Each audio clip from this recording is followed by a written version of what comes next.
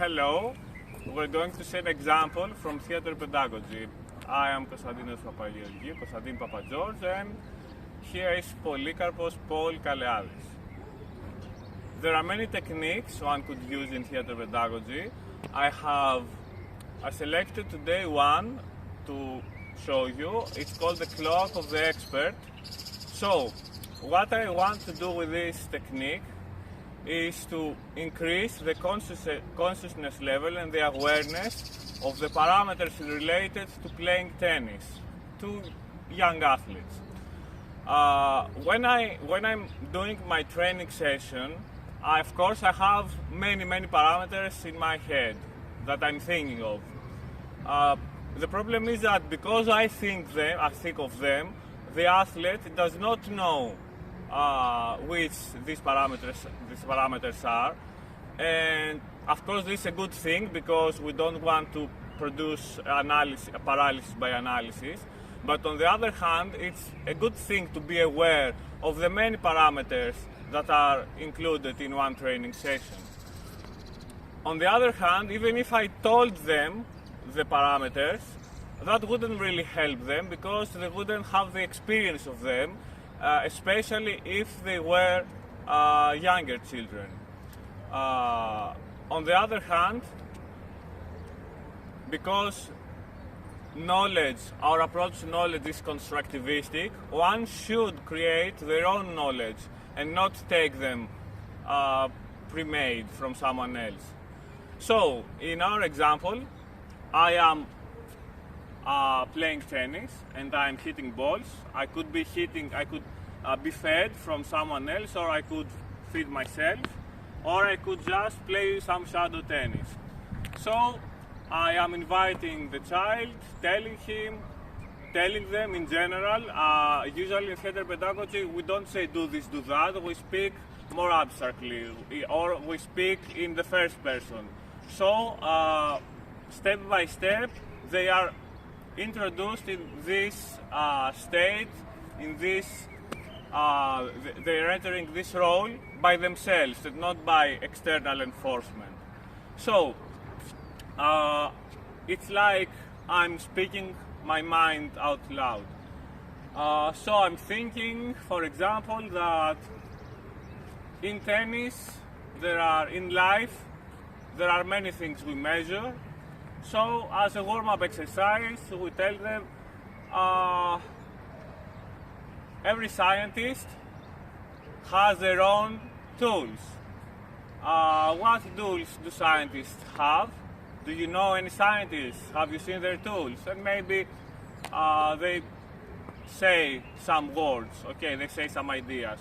Or maybe you choose for them to not speak at all, so you form the whole session a different way. So, let's take out our measuring tools and measure things in the environment. What do we measure? Do we measure lines, for example? So, the athlete goes and measures with their imaginary tools, for example, the net. Can we measure the service line? If I were a scientist, I would want to measure this. Perfect. And I'm using my scientific tools to measure the baseline. And of course, I always note what I have measured. Very well. I also put what I note in my mind and I remember it. How do I put my notes in my mind? Any ideas? Very nice. So, are there other ways to measure the service line? Can we measure it using other things? So, we can use our body to measure. And suddenly, as he was measuring, he thought of a very novel way to measure the service line, which was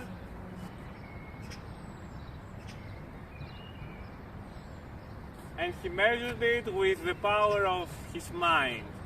And his mind became more powerful because of the measurements. So to show that he became wiser, he took the face of wiser people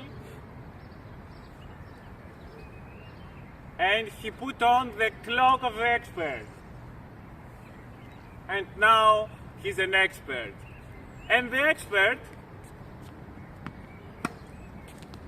decided to start measuring something living inside the court. What would that be?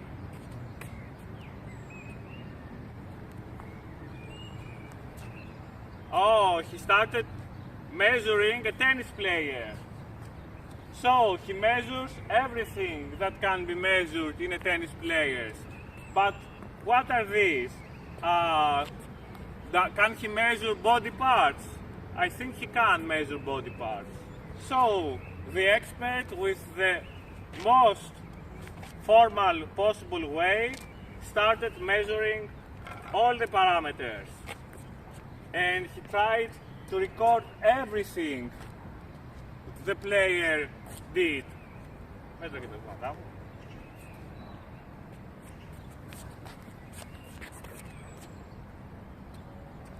And now they used the super intelligent beam to measure it. And of course they recorded these measurements and they put them in their minds. Suddenly he had the most crazy idea and he started implementing it. So he took the measurements out of the mind and he put them, yes, exactly. So the measurements became the shots. But as he was practicing the shots and as he was still seeing the player, he thought that something was missing, something that he didn't record, he didn't measure. So, what would that be? Concentration. So, the player is not just the body, it's something else as well. It's what? So it's concentration, it's emotions. So he recorded these things and he added them. And now he tried to experiment with all these. And he felt more focused, more powerful than ever. And from now on he knows that every time he wants to change something to improve, he has all the tools to do it, to measure it and to make it his own. And this is a way to empower athletes with so simple things, so simple techniques. But it was too much information and he felt that from all his face, all his head in the holes there, the information was leaking and he was trying to stop it as it was leaking. And he decided that maybe a better way would be to just sit a bit so that the information could also sit a bit. So he sat and he let the information sink in him. Now he was a true expert. Of course, you always have to stress emotions. So, if I wanted to add emotions to what I have already done, I could, for example, make him self-aware of his own emotions by seeing the emotions to the other person and trying to mirror them on their own. Mirroring is the first step towards being self-aware. So, for example, I could do another little sketch like this one. So, as he saw the player playing the ball, he noticed some things in his face. When the ball went in, and when the ball went out.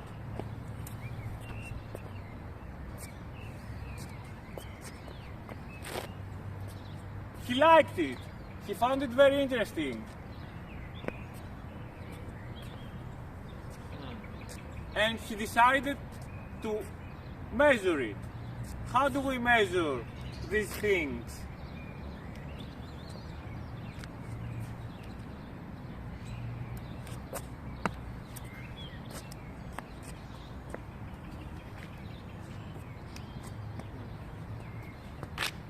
And then,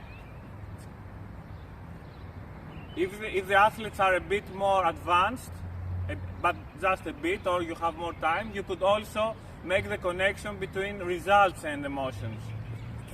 And then he decided to discover what was the reason that he made these measurements.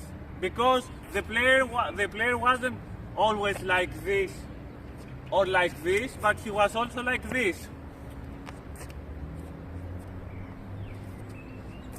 So he recorded instances where the player was one way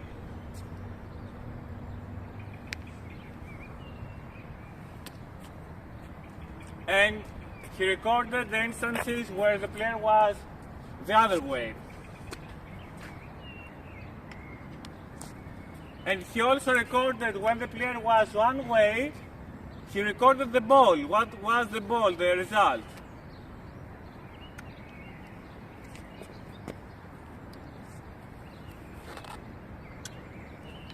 So, now he noted all this, he put them in his head, and he tried to experiment on those themes. So, in the beginning, he tried to take the most powerful expressions that could be ever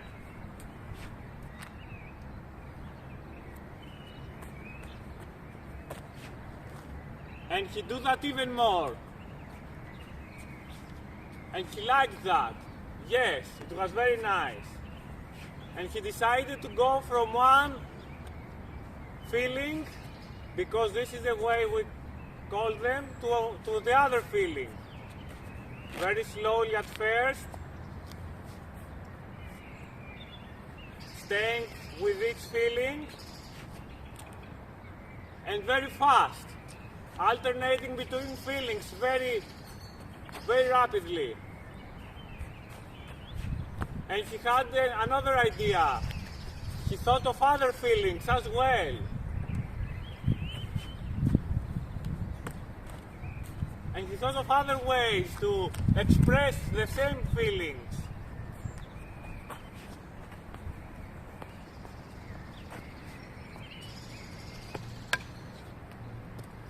So, all this information wants to sink in, and so on and so forth.